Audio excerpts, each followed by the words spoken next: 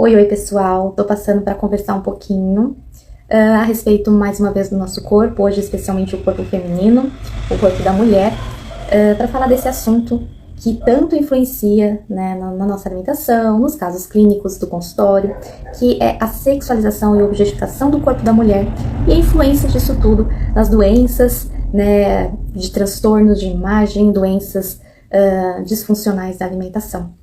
E hoje eu trouxe aqui um estudo para dividir com vocês, que é um estudo do seminário Corpo e Sexualidade 2018, que fala sobre as garotas pin-ups, né, e a objetificação e sexualização da mulher na nossa contemporaneidade. Qual a influência desse cartoon, né, dessa imagem, vamos falar assim, né, na cultura que a gente tem hoje, no que a gente vivencia, né, e nas doenças que a gente vivencia. Então aqui ela inicia, né, falando justamente, né, dessa herança que essas pin-ups deixaram, né, de estigmatização do papel da mulher na nossa sociedade, né, ao representar imagens criadas por homens. Para quem não sabe, as pin-ups foram imagens e personagens criados por homens, tá? Isso é importante de dizer. E como isso tudo hoje contribui para ainda sermos objetos sexuais. E coloca aí a mulher como uma mercadoria de consumo e como um objeto sexual e erótico. É preciso ter claro que as pin-ups se tornaram garotas propagandas por excelência, sendo produtos vendidos por ela o desejo. Contudo, esses atributos provêm de uma mulher idealizada e não uma mulher real, de fato e de verdade, pelas artes plásticas que foi apropriada pela indústria de consumo. Nossa, esse estudo é muito, muito recheado. Aqui ele diz que o poder do corpo e da sexualidade da mulher na cultura popular, porém percebemos que por mais que aquele representa uma forma de liberdade feminina, tá, a parte aqui a gente vai seguir. Estou só pontuando, tá? Outro ponto importante em relação à herança deixada pelas pin-ups é o fato de que elas reforçam e perpetuam o padrão da mulher perfeita e desejada pelos homens ao possuírem seios volumosos, cinturas finas, quadris bem delineados e avantajados, pernas torneadas e um ar sensual. Dessa forma, a pesquisa aqui proposta tem interesse em estudar os discursos de valores culturais relacionados ao corpo e suas imagens. A reproduzibilidade técnica considera o corpo da mulher como objeto de consumo. Os discursos que fluem na sociedade são controlados por formas de poder e repressão. Aqui. Olha que interessante isso aqui, né? Como que a publicidade e tudo mais, essas imagens, elas interferem e influenciam na nossa sociedade. Aqui diz assim: essas imagens difundidas de forma massiva produzem e estabelecem modos de pensar o feminino nas sociedades ocidentais. Então, essa difusão constante, massiva, né, o tempo todo colocando a mulher daquele modo, ela educa a sociedade a como enxergar a mulher. As imagens, sendo elas de uma forma de discurso, né, ela não está ali em palavras, mas se lê imagens também, contribuem para a sedimentação e legitimação de práticas sociais concretas que, por possuírem a capacidade de mostrar o mundo social do qual elas próprias emergem e que em si funciona de acordo com aqueles mecanismos. Olha que importante, as imagens, sendo elas uma forma de discurso, contribuem para a sedimentação e legitimação de práticas sociais. Então, por que hoje o estudo é tão normalizado, não é uma coisa que é considerada muitas vezes normal? Porque isso é repetido massivamente, né? A gente é circundado por imagens eróticas o tempo todo, né? De uma forma muito natural. Então isso traz uma sensação de legitimação, de que isso tá tudo bem, né? Tá tudo bem fazer isso e do jeito que tá ok. Então isso que conduz às práticas sociais. E que emergem em si de acordo com aqueles mecanismos. Então emerge de tudo isso. Assim, as imagens nos dizem como devemos nos comportar, como devemos tratar a aparência, como devemos esperar ser vistos e tratados pelos outros. Então, veja bem como que às vezes se explica a meninas que permitem certos tipos de abusos, comportamentos abusivos e que muitas vezes por elas é até esperado, é até desejado, justamente porque essas imagens educam essas mesmas meninas e também meninos a como devem se comportar, o que devem esperar, o que devem desejar, né? Então olha como isso é forte. E seguimos. Elas, como qualquer outra prática social, tá escuro aqui, não tem luz, gente, por isso que eu tô assim. Elas, como qualquer outra prática social, organizam o imaginário ligado à mulher, sendo então um campo importante quando se trata de questionar relações de poder e de combater mecanismos de perpetuação da dominação masculina.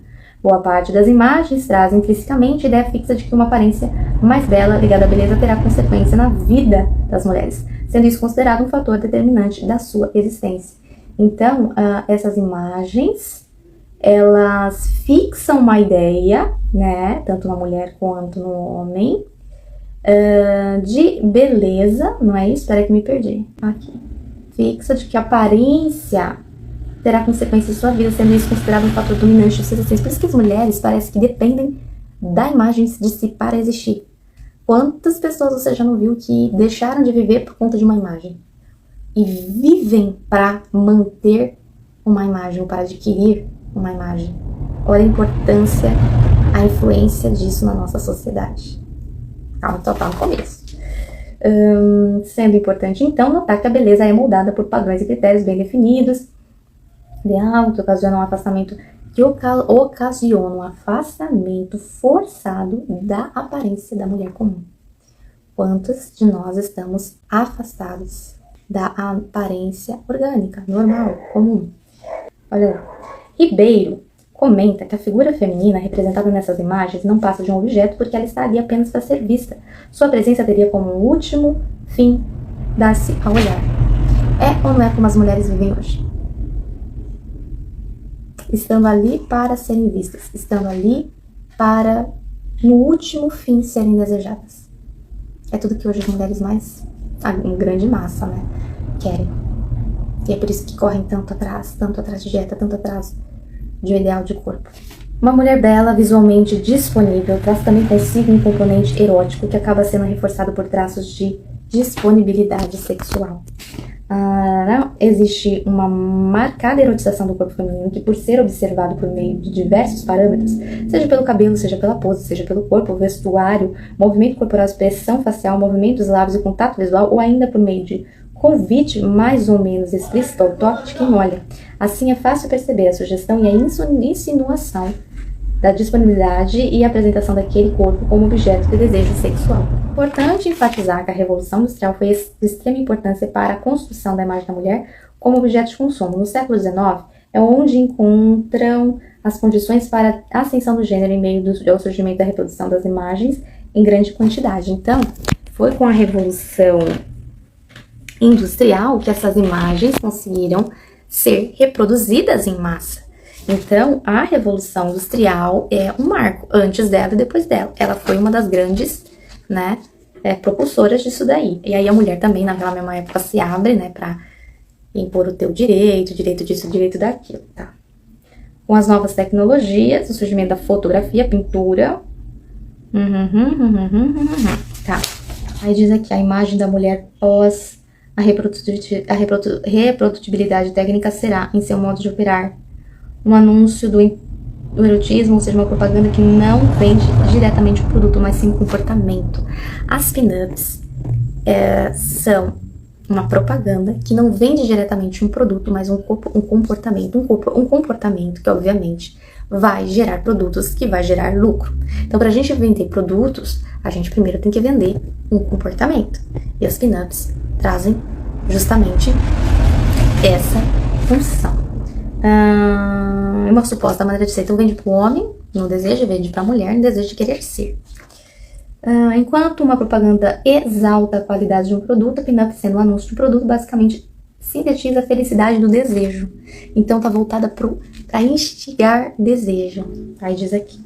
É dada às modelos uma pele impecável, escondendo as imperfeições, pinturas sem pintas, sem estrias, sem celulite, sem cicatrizes. As marcas que servem, inclusive, para individualizar o ser humano. Sem isso, estamos menos individualizados. Na verdade, é o que nos torna humanos, né? É o que faz de nós humanos também. Não só nos individualiza como pessoa. Aí eu falo, né? A sua constituição física é composta de nariz arrebitado, longas e torneadas pernas, peitos grandes, olhos grandes, peito firme, ser perfeito, sempre enfatizando sensualidade, inocência e doçura. Tudo isso deixa bastante claro porque os homens se sentiam atraídos por mulheres ideais, por essas mulheres ideais donas de um perfeccionismo incompatível, e que de maneira distorcida representaram e por muitas vezes ainda representam a imagem da mulher perfeita, que simplesmente não existe. Ali, notamos então, daí claramente o estabelecimento do estereótipo da mulher perfeita, referência de exemplo de beleza, atitude para as mulheres, isso é bem triste, né, porque não só se fez referência de uma beleza que nunca atingiríamos, mas também de atitude que só nos depreciam, né, que só nos diminuem. Um mito é uma mistura de malícia com ingenuidade, transição e obediência. Olha que interessante essa parte aqui, prestem atenção. Diz o seguinte: essa exposição do corpo virou símbolo de libertação feminina, sendo que por meio da sensualidade e sexualidade, que essas representações artísticas conseguiram contrapor o poder masculino e controlá-los. Ah não, achei que fosse outra coisa. Controlá-los até onde, né? O que mais a gente vê aí é homem descontrolado, não controlado. Aparentemente emancipadas, seguras, mas na verdade mercantilizadas do divertimento, onde a felicidade habita os produtos da indústria cultural, entre eles garotas presentes em imagens descartáveis. Mulheres descartáveis, né? Produtos, mulheres produtos. Contudo, é preciso ter claro que esses atributos de desejabilidade não provêm de uma mulher de carne e osso, mas sim daquelas idealizadas pelas artes plásticas, repertório de uma tradição pictória que foi apropriada pela indústria, sem também deixar de lembrar que toda essa tradição de construção da imagem idealizada pela mulher por seu meio de obras de homem, sem deixar de lembrar que toda essa tradição de construção da imagem idealizada da mulher se deu por meio de obras de homens e não de mulheres. A quem estamos servindo? Fica essa pergunta. Ou seja, o sexo oposto é quem dita as regras e o caminho que devem ser seguido pelas mulheres para se chegar à sua própria idealização. Essa daqui foi forte, pegou forte. Então eu queria falar um pouquinho dessa apropriação da indústria em relação ao corpo feminino. Vou falar sobre isso.